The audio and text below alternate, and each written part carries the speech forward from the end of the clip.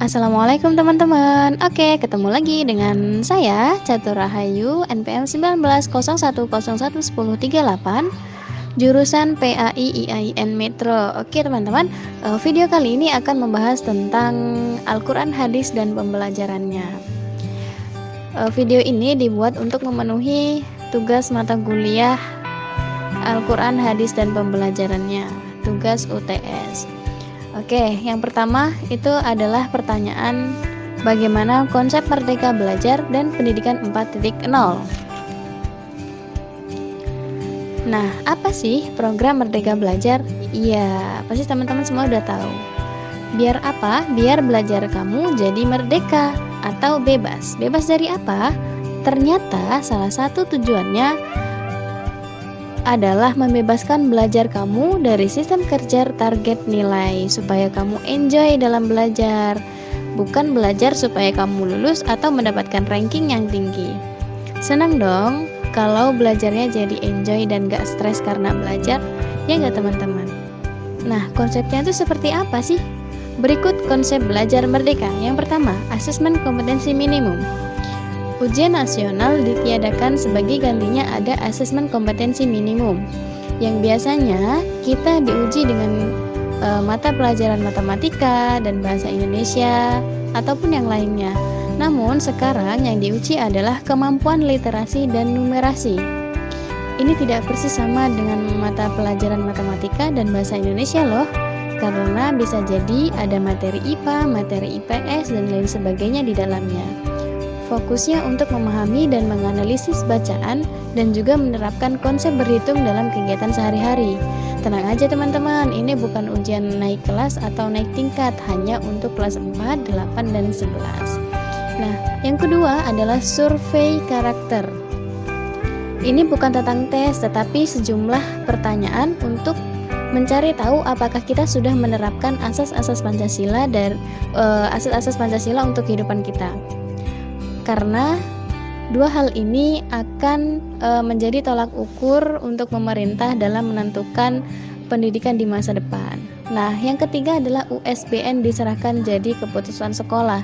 Artinya, sekolah dibebaskan untuk mengikuti kurikulum yang sesuai dengan kebijakan sendiri dalam sekolah tersebut, karena USBN itu bisa menentukan kualitas siswa juga, karena semua itu sudah dibuat atas karakteristik peserta didik yang ada di dalam sekolah tersebut.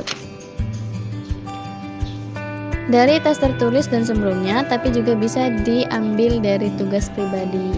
Jadi kalau dulu penilaiannya itu kan kita ambil dari tes tertulis, tapi kalau sekarang bisa diambil dari tugas pribadi atau kelompok berupa portofolio ataupun karya ilmiah. Nah, yang keempat adalah belajarmu jadi ada yang di luar. Nah, diharapkan kamu bisa berdiskusi dengan guru, outing kelas, dan belajar banyak hal-hal lainnya seperti berani bertanya, mandiri, dan cerdik dalam bergaul. Pertanyaan kedua, apa rancangan perencanaan pembelajaran Al-Quran, hadis, dan pembelajarannya yang Anda miliki dalam menyambut era pendidikan 4.0? Jadi untuk memulai kegiatan pembelajaran, pendidik harus menentukan atau merencanakan pembelajaran sebelum dimulai. Karena perencanaan pembelajaran sangat berpengaruh terhadap keberhasilan belajar. Dengan adanya perencanaan pembelajaran, maka proses belajar mengajar bisa berjalan dengan efektif, berjalan dengan baik dan efisien.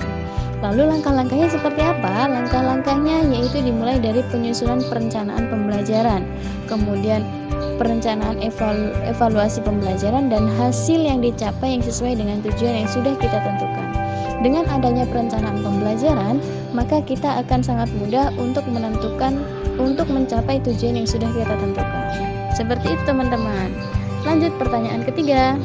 Selanjutnya, bagaimana strategi pembelajaran Al-Quran, hadis, dan pembelajarannya dalam menghadapi tantangan era pendidikan 4.0?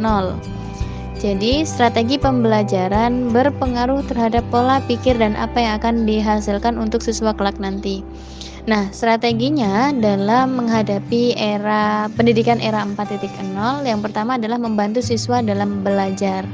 Apabila dalam proses pembelajaran Al-Quran hadis ada yang belum bisa membaca dan menulis Al-Quran, disitulah tugas guru untuk membantu siswa dalam belajar, karena sesungguhnya Allah menciptakan manusia dengan kecerdasan yang berbeda-beda. Nah, yang kedua, adanya kesempatan untuk berkembang dan berprestasi. Keberhasilan siswa tidak dipandang seberapa banyak nilai yang didapat, melainkan siswa diberikan kesempatan untuk melatih bakat mereka masing-masing. Nah, jadi strateginya yang kedua itu adanya kesempatan untuk berkembang dan berprestasi. Jadi siswa itu diberikan kesempatan, diberikan waktu yang sangat panjang, ruang untuk meningkatkan atau melatih bakat mereka masing-masing. Nah, yang ketiga adalah melek teknologi. Dengan kita tidak ketinggalan teknologi, maka kita akan sangat mudah dalam penggunaannya untuk pencarian bahan ajar atau dan lain sebagainya. Dengan kita tidak ketinggalan zaman, tidak ketinggalan teknologi, tidak kudet, nah itu juga sangat membantu kita dalam proses pembelajaran. Kemudian, soal keempat, bagaimana pengembangan media pembelajaran Al-Quran hadis dan pembelajarannya yang sesuai dengan era pendidikan 4.0. Media pembelajaran. Dalam proses pembelajaran, media itu mempunyai peran sebagai alat untuk menyampaikan informasi kepada peserta didik. Nah, penggunaan media pembelajaran harus disesuaikan dengan materi belajar agar hasil belajar sesuai dengan yang diharapkan. Contohnya seperti apa? Contohnya seperti gambar yang akan saya tampilkan. Berikut adalah gambar contoh dari media pembelajaran pada era pendidikan 4.0. Contoh yang pertama itu seperti kita sedang presentasi, kemudian menampilkan animasi video atau gambar-gambar grafik yang sekiranya sulit untuk disampaikan secara lisan. Nah, kita bisa menyampaikannya dengan bentuk gambar, lalu kita bisa sambil menjelaskan. Dengan begitu, maka audiens atau peserta didik juga akan sangat mudah dalam menerima pembelajaran.